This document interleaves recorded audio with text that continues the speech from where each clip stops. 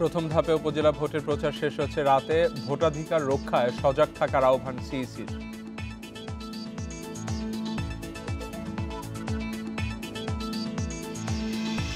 বর্ণাঢ্য আয়োজনে সারা দেশে নারী দিবস উদযাপন। শ্রমবাজারে মজুরি বৈষম্য কমাতে সচেতনতার তাগিদ।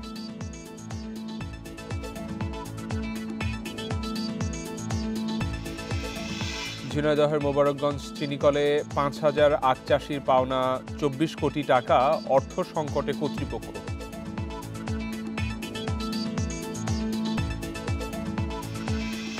প্লাস্টিকের গ্লাস কপালে ভারসাম্য রক্ষায় গিনেস বুকে নোয়াখালীর কনক। দেখছেন নতুন রেকর্ডের স্বপ্ন।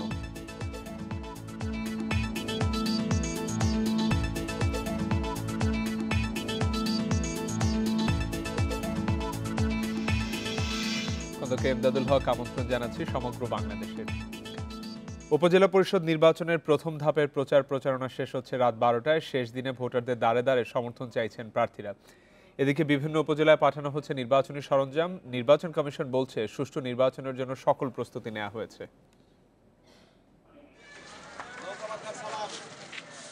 প্রথম ধাপে ৮৩ উপজেলায় ভোট গ্রহণ হবে ১০ মার্চ। ২০ ফেব্রুয়ারি প্রতীক বরাদ্দের মধ্য দিয়ে শুরু হয় নিরবচ্ছিন্ন প্রচার। নানা প্রতিশ্রুতি দিয়ে সমর্থন টানার চেষ্টা করেন প্রার্থী ও সমর্থকেরা। মাদক এবং সন্ত্রাস নির্মূলের যা কিছু করে সবই করব। এবং আমি বলতে চাই যে এই চেয়ারটি, উপজেলার চেয়ারটি কখনোই কোনো অন্যায়ের সাথে আপোষ করবে না। সততা, নিষ্ঠা এবং যোগ্যতা দিয়ে চেষ্টা করব তাদের যে সমস্ত কাজগুলো অসমাপ্ত আছে তারা সেই উন্নয়নমূলক কর্মকাণ্ডগুলো সুষ্ঠুভাবে যাতে বাস্তবায়ন করতে পারে। প্রার্থী বাছাইয়ের পাশাপাশি উন্নয়নের বিষয়টি বিবেচনা করে সমর্থন দেওয়া হবে বলছেন ভোটাররা। আমরা সুন্দর, সুষ্ঠু, অবাধ, নিরপেক্ষ নির্বাচনের আশা করছি এবং এটা উপহার চাই সরকারের কাছে। সুন্দর, সুষ্ঠুভাবে ভোট দিতে পারি এবং প্রশাসন যেন সাধারণ মানুষের পক্ষে থাকেন। এদিকে জেলা সার্ভার স্টেশন থেকে উপজেলা নির্বাচনী কর্মকর্তাদের মাঝে ব্যালট পেপার সহ বিভিন্ন নির্বাচনী সামগ্রী বিতরণ করা হয়। শনিবার সকাল থেকে কেন্দ্রে কেন্দ্রে সরঞ্জাম পাঠানোর কাজ শুরু করবেন সংশ্লিষ্ট কর্মকর্তারা। আজকের মধ্যে আমাদের কেন্দ্রভিত্তিক উপজেলাতে সকল মালামাল বিভাজন কার্যক্রম সম্পন্ন করতে পারব এবং সম্পন্ন করব হয় এবং আগামীকাল সকাল থেকে কেন্দ্রভিত্তিক প্রিজাইডিং অফিসারদের মাধ্যমে মালামাল সাধারণ মানুষের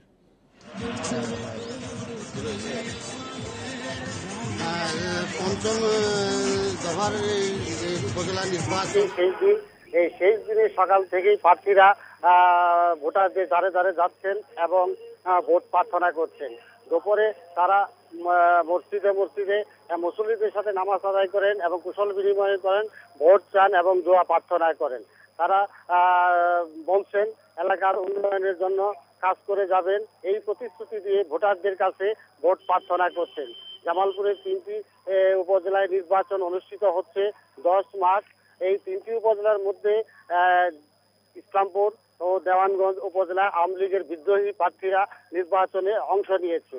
আমাকে ইসলামপুর উপজেলার আওয়ামী লীগের বিদ্রোহী প্রার্থী দল থেকে বহিষ্কার হলেও তিনি প্রচারণা চালিয়ে যাচ্ছেন জোরে সোরে এবং তিনি আশাবাদ ব্যক্ত করেছেন যে তার অবস্থা থেকেই তিনি নির্বাচনে বিজয়ী হবেন এবং তিনি অভিযোগ করেছেন যে স্থানীয় এমপি ফরিদুল হক খান দুলাল তার পক্ষের যে দলীয় লোকজন কর্মকর্তা নেতা কর্মীরা আছে তাদেরকে নানান ভয়ভীতি দেখিয়ে নির্বাচনের আচরণবিধি লঙ্ঘনের অভিযোগ করেছেন। তবে এই অভিযোগ ফরিদুল হক খান দুলাল অস্বীকার করেন। তিনি জানিয়েছেন যে এই নির্বাচন আচরণ বিধি যেন সঠিক থাকে এবং ভোটাররা যাতে সুষ্ঠুভাবে ভোট দিতে পারে, এই জন্য তিনি জেলা প্রশাসন এবং নির্বাচন কমিশনের কাছে লিখিত আবেদনও করেছেন। এই অপরদিকে দেওয়ানগঞ্জ উপজেলায় আওয়ামী লীগ এবং প্রার্থী ও আওয়ামী লীগের বিদ্রোহী প্রার্থীদের মধ্যে এক নির্বাচনী সহিংস ঘটনায় এক যুবলীগ কর্মী নেতা নিহত হয়েছে। এই ঘটনা করে কেন্দ্র করে পাল্টাপাল্টি মামলা হয়েছে এবং ইউপি চেয়ারম্যান উপজেলা চেয়ারম্যান প্রার্থী আওয়ামী লীগের বিদ্রোহী প্রার্থী তিনি সহ প্রায় দুই পক্ষেরই শতাধিক নেতা কর্মীকে আসামি করে মামলা হয়েছে। এই দেওয়ানগঞ্জ উপজেলায় এখনো উত্তপ্ত অবস্থায় বিরাজ করছে। তবে ভোটাররা বলছেন যে আসলে এই দুই উপজেলায় আওয়ামী লীগ এবং আওয়ামী লীগের বিদ্রোহী প্রার্থীদের মধ্যে কথিত প্রতিদ্বন্দ্বিতাপূর্ণ একটি নির্বাচন হবে, তারা যেন সুষ্ঠুভাবে এই নির্বাচনে ভোট দিতে পারে সেজন্য স্থানীয় প্রশাসন, পুলিশ প্রশাসনের প্রতি উদাত্ত আহ্বান জানিয়েছে। এই জামালপুরের আপনি সাথেই থাকেন, আমরা সুনামগঞ্জে যাব আমাদের সহকর্মী জাকির হোসেনের কাছে। জাকির হোসেন, আপনি জানাবেন যে সুনামগঞ্জের কি অবস্থা, প্রার্থীরা শেষ দিনে কিভাবে কাটাচ্ছেন এবং সুনামগঞ্জের আইন শৃঙ্খলা পরিস্থিতি কেমন? দেখুন, প্রথম ধাপে উপজেলা নির্বাচনে সুনামগঞ্জের 10টি উপজেলায় ভোট গণনা অনুষ্ঠিত হবে 10 মার্চ। তো আজকে যেহেতু আজকের মধ্যরাতেই নির্বাচনের প্রচারণা শেষ হবে, আমরা দেখেছি সকাল থেকে চেয়ারম্যান, নারী ভাইস চেয়ারম্যান প্রার্থীরা সুনামগঞ্জের 10টি উপজেলা আমরা খবর পেয়েছি যে তারা বিরামহীনভাবে আসলে প্রচারণা চালিয়ে যাচ্ছে। তো আমি আপনাকে আরেকটা বিষয় বলি, সুনামগঞ্জ সদর উপজেলা কিন্তু আওয়ামী লীগের 3জন বিদ্রোহী প্রার্থী রয়েছে। এর মধ্যে কিন্তু একজন আজকে মনীষ কান্তি দে মিন্টু, যিনি আওয়ামী লীগের বিদ্রোহী প্রার্থী হিসেবে নির্বাচনে লড়ছেন, তিনি আজকে সংবাদ সম্মেলনে অভিযোগ করেছেন যে এই সুনামগঞ্জ 4 আসনের সংসদ সদস্য এবং জেলা পরিষদের চেয়ারম্যান ওনারা প্রভাব খাটানোর চেষ্টা করতে পারে, এরকম একটা শঙ্কা তিনি করছেন। তিনি প্রশাসনের কাছে দাবি জানিয়েছেন যেন কোনো রকম অনিয়ম না হয়। এছাড়াও আপনি যেমনটা বলছিলেন আইন শৃঙ্খলা বিষয় নিয়ে, আপনি জানেন সুনামগঞ্জ একটি হাওর অধ্যুষিত জেলা। তো 585টি ভোট কেন্দ্রে ভোটাররা তাদের ভোটাধিকার প্রয়োগ করবেন। তো 585টি ভোট কেন্দ্রের মধ্যে কিন্তু 220টি ভোট কেন্দ্র সমতল এবং হাওর অধ্যুষিত 220টি ভোট কেন্দ্র। এই ভোট কেন্দ্রগুলোকে কিন্তু আলাদা একটা নিরাপত্তা ব্যবস্থা জোরদার করা হয়েছে। আমি কথা বলেছিলাম অতিরিক্ত পুলিশ সুপার মিজানুর রহমান সাথে, তিনি আমাকে যেমনটা জানিয়েছেন যে যেসব হাওর অধ্যুষিত যেসব দুর্গম, সবচেয়ে বেশি দুর্গম যেসব ভোট কেন্দ্র, সেই ভোট কেন্দ্রগুলোতে কিন্তু আলাদা নিরাপত্তা ব্যবস্থা জোরদার করা হয়েছে। এছাড়াও নির্বাচনকে ভোট গ্রহণকে সামনে রেখে যেহেতু গত পরশু দিনে ভোট গ্রহণ, সেই উপলক্ষে আজকে সকাল থেকে কিন্তু বিজেপি 10 উপজেলা 21 প্লাটুন বিজেপি মোতায়েন করা হয়েছে। এছাড়াও র্যাব, পুলিশ, অতিরিক্ত পুলিশ, আধা পুলিশ আমরা দেখেছি তারা নিরাপত্তা যেন কোনো ভোট গ্রহণের দিন যেন কোনো প্রকার কোনো সমস্যা না হয় সেই জন্য তারা আইন শৃঙ্খলা বাহিনী প্রস্তুত হয়েছে। এই ছিল আমার কাছে সুনামগঞ্জ নির্বাচনের সর্বশেষ খবরাখবর। জাকির রাজশাহী, জামালপুর এবং সুনামগঞ্জ থেকে আমাদের প্রতিনিধিরা সেখানকার উপজেলা নির্বাচনের অবস্থা জানাচ্ছিলেন আমাদের। সুষ্ঠু ভোট আয়োজন করে নির্বাচন কমিশন, তাই এই কাজ সঠিকভাবে করতে সব দায়িত্ব নির্বাচন কমিশনের কাছেই থাকা উচিত বলে মন্তব্য করেছেন প্রধান নির্বাচন commissioner K M Nurul Huda. তিনি বলেন, আগে ভোট কেন্দ্র দখল এবং বিভিন্ন কারণে ভোট বানচাল হতো, সে কারণে সেগুলো থেকে পরিত্রাণ পেতে ইভিএম এর মতো প্রযুক্তিও এসেছে। ভোটাধিকার রক্ষায় নাগরিকদেরও সজাগ থাকার আহ্বান জানিয়ে সিইসি আশা করেন বাংলাদেশও নির্বাচনের পরিস্থিতি বদলাবে। আমরা আশা করি উপজেলা পরিষদ নির্বাচন উপলক্ষে নির্বাচনী প্রশিক্ষণ ইনস্টিটিউট অডিটোরিয়ামে কর্মশালার আয়োজন করা হয়। কর্মশালার শুরুতে নানা নির্দেশনা দেন প্রধান নির্বাচন commissioner K M Nurul Huda. এ সময় তিনি বলেন, রাজনৈতিক দলগুলোকে নির্বাচনে আনতে সহকারী ও রিটার্নিং কর্মকর্তাদের কাজ করতে হবে। জানান, অনিয়ম ঠেকাতে ইভিএম ব্যবহারের দিকে ঝুঁকছে নির্বাচন কমিশন। রাতে বাক্স কিভাবে ভর্তি করা যায় এই প্রক্রিয়া শুরু করতে হবে, চিন্তা করতে হবে যে না, এখন তো ওই ভোটার তো ছবিযুক্ত, সুতরাং ভোট যখন যাবেন তখন তো দেখা যাবে যে তুমি ভোটার কি ভোটার না, ছবি আছে সেখানে। দূর দূরান্ত এলাকায় সকালবেলায় তো ব্যালট বাক্স এবং ব্যালট পেপার নিয়ে যাওয়া যায় না, আমরা আক্রমণ করবো এখন ভোর রাতে যেখানে এই ব্যালটগুলো থাকবে, ইত্যাদি ইত্যাদি কতগুলো বিষয় এই সমাজের মধ্যে এই অনিয়ম এগুলো একটা একটা অনুপ্রবেশ করে। ভোটে অনিয়মের মাত্রা চূড়ান্ত পর্যায়ে পৌঁছেছে বলেও মন্তব্য করেন সিইসি। নির্বাচনে নিরাপত্তার মতো ছোট বিষয়ে সেনাবাহিনীকে আনা ঠিক নয় বলেও জানান তিনি। দেশে নির্বাচন পরিচালনা ক্রমেই কঠিন হয়ে পড়ছে বলেও মন্তব্য তার। চৌকিদার প্রতিহত করতে পারেন না, তখন আনসার প্রতিহত করতে পারেন না, তখন পুলিশ প্রতিহত করতে পারেন না, তখন ইপিআর ছিল পাকিস্তান আমলে, বিডিআর হলো তারপরে, এখন বিজিবি, তারা প্রতিহত করতে পারে না, তখন এখন বলে যে আর্মি আসতে হবে। আমরা তো শেষ পর্যায়ে পর্যন্ত চলে গিয়েছি। শেষ পর্যায়ে কি আমরা জাতীয় সংসদ নির্বাচনে আর্মি ডিপ্লয় করি। এককভাবে কমিশনের অনিয়ম ঠেকানোর ক্ষমতা নেই জানিয়ে সবার সহযোগিতা চেয়েছেন CEC. Adilur Rahman, independent news, Dhaka. সাধারণ সম্পাদক, সড়ক পরিবহন এবং সেতুমন্ত্রী ওবায়দুল কাদেরের শারীরিক অবস্থার আরও উন্নতি হয়েছে। তার সঙ্গে অবস্থানরত বাংলাদেশের চিকিৎসক আবু নাসার রিজভি জানিয়েছেন, কাদেরের রক্তচাপ স্বাভাবিক হয়ে এসেছে, কিডনি স্বাভাবিকভাবে কাজ করছে এবং সংক্রমণও নিয়ন্ত্রণে রয়েছে। ওবায়দুল কাদেরের চিকিৎসায় গঠিত 5 সদস্যের চিকিৎসক দলের জ্যেষ্ঠ সদস্য ডাক্তার সিবাস্টান কুমার স্বামীর বরাত দিয়ে বঙ্গবন্ধু শেখ মুজিব মেডিকেল বিশ্ববিদ্যালয়ের পরিচালক এবং নিউরোলজিস্ট অধ্যাপক আবু নাসার রিজভী এই তথ্য জানান। ডাক্তার রিজভী জানান, ওবায়দুল কাদের আগের দিনের তুলনায় আজ আরও ভালো আছেন এবং দিন দিন তার স্বাস্থ্যের উন্নতি হচ্ছে। কোনো ধরনের কৃত্রিম সাপোর্ট ছাড়াই তার হৃদযন্ত্র কাজ করছে বলেও জানান তিনি।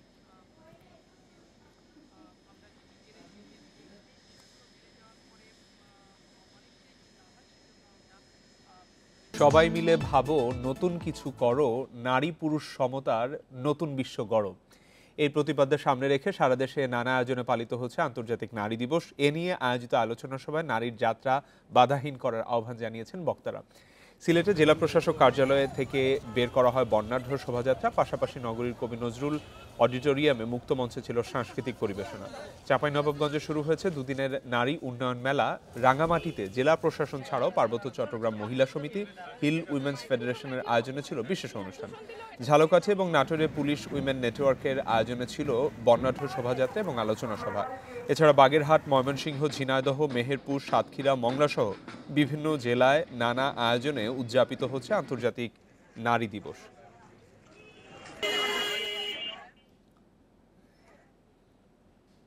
বরিশালের আগলঝাড়ায় আন্তর্জাতিক নারী দিবস উপলক্ষে অনুষ্ঠিত হয় নারীদের নৌকা বাইচ। প্রতি বছরের মতো এবারও উপজেলার পয়সার হাটের সন্ধ্যা নদীতে অনুষ্ঠিত হয় এই প্রতিযোগিতা। সন্ধ্যা নদীর তীরে 12টি নারী দলের এই জোর প্রস্তুতি নৌকাবাইচ প্রতিযোগিতায় নিজেদের দক্ষতা প্রমাণের। প্রত্যেকটি দলের সদস্যরা আলাদা রঙের শাড়ি পরে আসেন। দলগুলোর নামকরণ করা হয় 12টি নদীর নামে। পতাকার ইশারায় বাইচ শুরু করেন নারীরা। সন্ধ্যা নদীর 1.5 কিলোমিটার দূরত্বে চলে লক্ষ্য ছোঁয়ার দৌড়। নদীতে ফুটে ওঠে নানা বর্ণের ছোটাছুটির চিত্র। নারীদের বিশেষ এই আয়োজন দেখতে জড়ো হন আশপাশের শতাধিক গ্রামের দর্শনার্থী। আমাদের কত উন্নয়ন হয়েছে যে মহিলারা আমরা নিজেরাই বাইচ চালাইতেছি, নিজেরা হাইলে বইটা একবার নৌকা আমাদের আজকে প্রতিযোগিতা চলতে আছে। 13 গ্রাম থেকে অনেক নারীরা এসেছে এখানে আজকে নারী দিবসে আমরা সবাই নারী, আমরা সবাই স্বাধীনতা অর্জন করেছি নারীর উপলক্ষে। 2006 সাল থেকে প্রতি বছর আন্তর্জাতিক নারী দিবসে নারীদের এই নৌকাবাইচের আয়োজন করে আসছে স্থানীয় সামাজিক সংগঠন তরঙ্গ। এই যে একটা ঐক্য সৃষ্টি করেছে, নারীর জাগরণ সৃষ্টি করেছে, এটার মাধ্যমে আমরা ভায়োলেন্স, নির্যাতন এবং নারীর ক্ষমতায়নকে উৎসাহিত করা যাবে এবং ভায়োলেন্স এবং নির্যাতন নির্মূল করা যাবে। আগের চেয়ে এবারের নৌকাবাইচে নারীদের অংশগ্রহণ বেড়েছে। এর জন্য প্রতিযোগীদের বাবা ও স্বামীদের সাধুবাদ জানিয়েছেন আয়োজকেরা। Independent news desk. মজুরি বৈষম্য থেকে মুক্তি মেলেনি নারী শ্রমিকদের। পুরুষের সঙ্গে সমানতালে কোনো কাজ করেও কোনো ক্ষেত্রে অর্ধেক মজুরি পাচ্ছেন তারা। এতে আর্থিক এবং সামাজিকভাবে বৈষম্যের শিকার হচ্ছেন নারীরা। বগুড়া শাহজাহানপুরের এই ইটভাটায় 8 ঘন্টা কাজ করে একজন পুরুষ শ্রমিক পান দিনে 500 টাকা, আর একই কাজে নারী শ্রমিক পাচ্ছেন 200 থেকে 400 টাকা। এই অবস্থা বেশিরভাগ ইটভাটার নারী শ্রমিকদের। 7:30টার দিকে আমরা কামে ধরি, আমাদেরও 4টার সময় ছুটি দেয়, তো আমাদের 220 টাকা দেয়, আর ওভার টাইম করি ঘন্টায় 25 টাকা দেয়। সাতক্ষীরায় কৃষি, চালকল, বিভিন্ন শিল্প কারখানা, নির্মাণ কাজ, এমনকি নৌকা চালানোর মতো কাজে নারী শ্রমিকেরা যুক্ত হলেও মজুরি পাচ্ছেন পুরুষের তুলনায় কম। আমাদের জনের দাম হইল 150 টাকা। একটা পুরুষ ছেলে যদি জন খাটে তার দাম হইল 300 টাকা। কেন আমাদের জনের দাম কেন এত কম? বেটা ছেলে 250 টাকা, আমাদের 50 টাকা কম কেন? আমরা তো সবাই সমান কাজ করি। লক্ষ্মীপুরেও বিভিন্ন ক্ষেত্রে মজুরি বৈষম্যের শিকার নারী শ্রমিকেরা। প্রশাসনের মাঠ পর্যায়ের কর্মকর্তা ও নারী নেত্রীদের দাবি, বৈষম্য কমাতে আইনের পাশাপাশি দরকার সচেতনতা। যে সুযোগ সুবিধাটা পুরুষ পাচ্ছে, নারীরাও যেন সেই সুবিধা পায়। আমরা যারা ওদের নিয়ে কাজ করাচ্ছি কিংবা আমরা যারা ওদের অভিভাবক, আমাদেরকে ব্যবস্থাটা করতে হবে যেন নারীরা কোনো প্রকারের বৈষম্যের শিকারটা না হয়। নারী শ্রমিকরা প্রত্যেকটা, বিশেষ করে বেতন বৈষম্যের 2 থেকে 3 অংশ তারা বৈষম্যের শিকার হয়। আর একটা বিষয় হলো যে আমাদের যারা মালিক পক্ষ, এনাদের দৃষ্টিভঙ্গির আনা সবচেয়ে বড় দৃষ্টিভঙ্গির একটা পরিবর্তন আনা উচিত। বিশ্লেষকরা বলছেন, মজুরি বৈষম্যের প্রভাব পড়ছে নারীর আর্থসামাজিক জীবনেও। কম মজুরি নারীদের হতাশার দিকেও ঠেলে দিচ্ছে। Shanila Sarkar, independent news desk. Dhaka সদরঘাটে বুড়িগঙ্গা নৌকাডুবির 16 ঘন্টা পর নিখোঁজ 6 জনের মধ্যে এক নারীর মরদেহ উদ্ধার করা হয়েছে। দুর্ঘটনার পর থেকে উদ্ধার কাজ পরিচালনা করছে বিআইডব্লিউটিএ, ফায়ার সার্ভিস এবং নৌবাহিনী। এ নিয়ে সর্বশেষ খবর জানাতে সদরঘাট থেকে যোগ দিচ্ছেন সহকর্মী রেজাউনুল হক। রেজাউন, 16 ঘন্টা বেশি সময় হয়ে গেল, 5 জনকে এখনো পাওয়া যাচ্ছে না। কি বলছে উদ্ধারকারী দল? উদ্ধার তৎপরতার ব্যাপারে আপনার কাছে কি তথ্য আছে?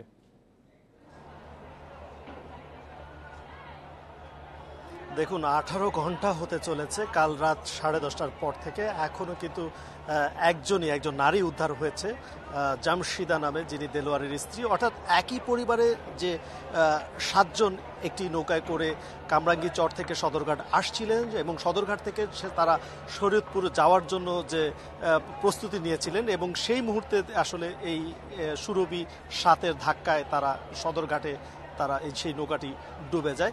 এখন কিন্তু উদ্ধার চলছে। আমরা কিছুক্ষণ আগে যারা উদ্ধারকর্মী আছে এখানে, ফায়ার সার্ভিস, নৌবাহিনীর সদস্য, বিআইডব্লিউটিএ সবাই সম্মিলিতভাবে কিন্তু একটি মিটিং করেছেন এবং ঘণ্টাব্যাপী মিটিং পরে তারা একটি স্পিড বোটে, আমি যদি আপনাকে দেখাই যে ফায়ার সার্ভিসের সদস্যরা কিন্তু এখানে দাঁড়িয়ে আছেন এবং একটি স্পিড বোটে করে কিছুক্ষণ আগে এখান দিয়ে একটি দল, অর্থাৎ ঢাকা জেলার উদ্যোগে একটি দল কিন্তু সেই স্পট, অর্থাৎ যেখানে ঘটনাটি ঘটেছিল, ঘটনাস্থল, সেখানে কিন্তু তারা পরিদর্শনে গেছেন এবং সেখানে তারা সার্বিক বিষয় তারা পর্যালোচনা করবেন, তারা পর্যবেক্ষণ করবেন, তারা আসলে দেখবেন যে সেখান থেকে আরও কোথায় কোথায় মরদেহ কিংবা যদি কেউ জীবিত থাকে সেটিকে সে কোথায় যেতে পারে সেই বিষয়গুলি তারা সেখানে পর্যালোচনা করবেন এবং পর্যালোচনা শেষে তারা আনুষ্ঠানিকভাবে ব্রিফ করবেন, অর্থাৎ গণমাধ্যম কর্মীদের জানাবেন যে কি অবস্থা এবং উদ্ধার তৎপরতা কতটুকু তারা চালাতে পারবেন আজকে এখন পর্যন্ত। তবে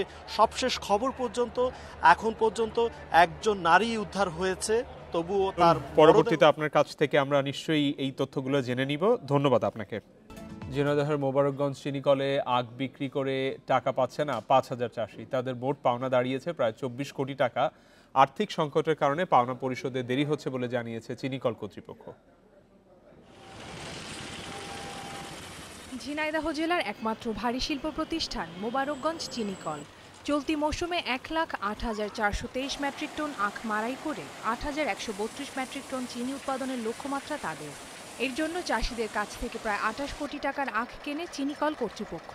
তবে এখন পর্যন্ত মাত্র 4 কোটি টাকা পরিশোধ করা হয়েছে।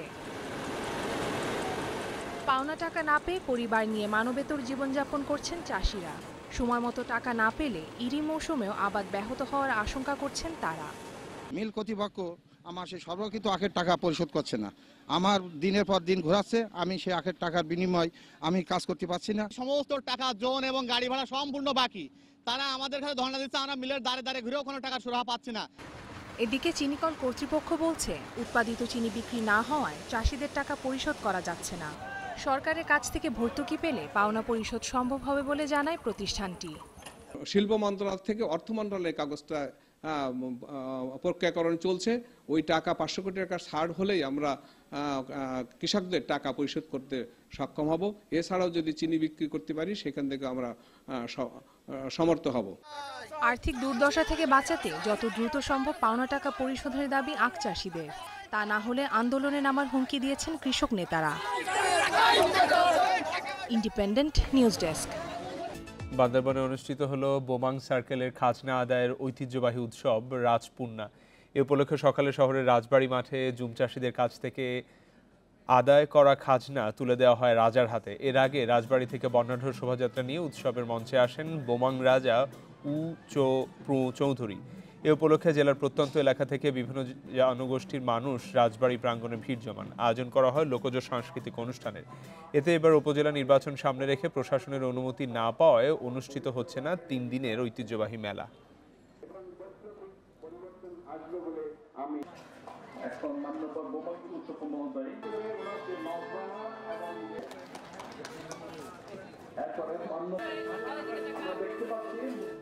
কুষ্টিয়া শুরু হয়েছে দুদিনের জাতীয় মেডিকেল বিতর্ক উৎসব। সকালে কুষ্টিয়া মেডিকেল কলেজ উৎসবের উদ্বোধন করেন আওয়ামী লীগের ভারপ্রাপ্ত সাধারণ সম্পাদক মাহবুবুল আলম হানিফ।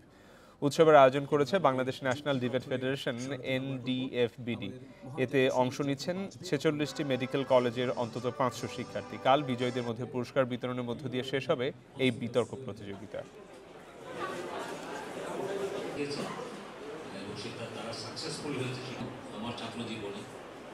মেধাবী সম্পদ, বিজ্ঞান ও প্রযুক্তি ভবিষ্যৎ, এই স্লোগান সামনে রেখে বগুড়ায় শুরু হয়েছে দুদিনের বিজ্ঞান মেলা।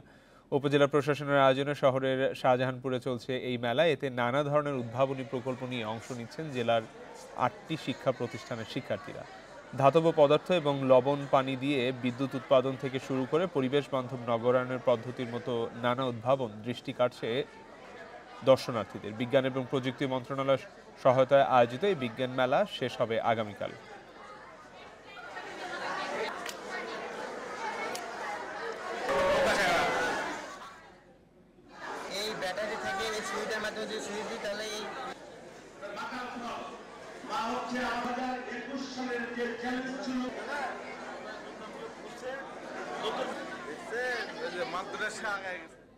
গিনেস বুক অব ওয়ার্ল্ড রেকর্ডসে জায়গা করে নিয়েছেন নোয়াখালীর তরুণ কনক কর্মকার।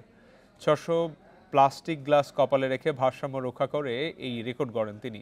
মাথায় বল এবং কপালে গিটার রেখেও নতুন রেকর্ড গড়ার স্বপ্ন দেখছেন কনক। নোয়াখালীর বেগমগঞ্জ উপজেলার গণিপুর গ্রামের 19 বছর বয়সী কনক কর্মকার। ছোটবেলা থেকেই ব্যতিক্রমী কিছু করার শখ। ফুটবল নিয়ে খেলতে গিয়ে আগ্রহ তৈরি হয় ভারসাম্য রক্ষায়। একসময় বিশ্ব রেকর্ডের খোঁজ খবর নিতে গিয়ে জানতে পারেন 500 প্লাস্টিক গ্লাস কপালে নিয়ে রেকর্ড রয়েছে ইতালির এক নাগরিকের। এরপর 600 গ্লাস কপালে নিয়ে সেই রেকর্ড ভাঙেন কনক। সম্প্রতি যার স্বীকৃতি দিয়েছে Guinness book of world records. আমি ট্রাই করলাম 600 কাপ দিয়ে। 6টা কাপ দিয়ে আমি প্রথম হয় নাই, এরপরে দেখতেছে হইতেছে। তো এরপরে আমি সবকিছু আবার পুনরায় সবকিছু অ্যারেঞ্জমেন্ট করলাম। এতেই থেমে যেতে চান না কনক কর্মকার। অনুশীলন চালাচ্ছেন আবারও রেকর্ড বুকে নাম ওঠাবার। লঙ্গের ডিউরেশন ব্যালেন্সিংয়ে গিটার, ওইটা ফারমান নামে এক ব্যক্তি আছে, উনি 11 মিনিট গিটারটা মাথা ব্যালেন্স করছিল। তো ওনার রেকর্ডটা আমি বর্তমানে ওনার রেকর্ডটা আমি ভাঙার কাজ করতেছি। কনকের এমন অর্জনে খুশি তার পরিবার, উৎসাহ দিয়ে যাচ্ছেন বন্ধুরাও। আমারে ও বলতো মানে আমার টাকা দাও, আমি বল কিনবো, আমি কাপ কিনবো, আমি বিশ্ব রেকর্ড করব, আমি এটা করব সেটা করব, মানে বাজে পথে আমি পালাবো না। ভবিষ্যৎ কামনা করি সে যেন এই খেলাধুলা এবং পড়ালেখা দুইটাই উন্নতি শিখরে পুজতে পারে। তো আমরা বলতাম হ্যাঁ কিছু একটা করতে পারবি, তুই লেগে থাকলে কিছু একটা হবে অবশ্যই। কনক সরকারের উন্নত প্রশিক্ষণের জন্য সহযোগিতার আশ্বাস দিয়েছেন নোয়াখালীর জেলা প্রশাসক। এই খেলাগুলোর ভিডিও জাতীয়ভাবে প্রচারের জন্য আমরা ঢাকাতে পাঠাবো এবং নিশ্চয়ই তার আরও প্রশিক্ষণ এবং উত্তরোত্তর সমৃদ্ধির জন্য এটি কাজে লাগবে। বর্তমানে ফেনী পলিটেকনিক ইনস্টিটিউটে পাওয়ার টেকনোলজি বিভাগে 3য় বর্ষে পড়ছেন কনক কর্মকার। পড়ালেখায়ও সমান এগিয়ে যেতে চান বিশ্ব রেকর্ডের অধিকারী এই তরুণ। Independent news desk. শেষ করার আগে শিরোনামগুলো সবাইকে আরও একবার মনে করিয়ে দিচ্ছি। প্রথম ধাপে উপজেলা ভোটার প্রচার শেষ হচ্ছে রাতে। ভোটাধিকার রক্ষায় সজাগ থাকার আহ্বান সিইসির।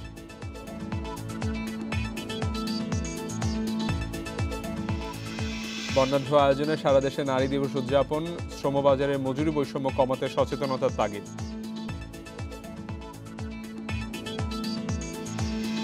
ঝিনাইদহের মোবারকগঞ্জ চিনিকলে 5000 আখ চাষির পাওনা 24 কোটি টাকা, অর্থ সংকটে কর্তৃপক্ষ।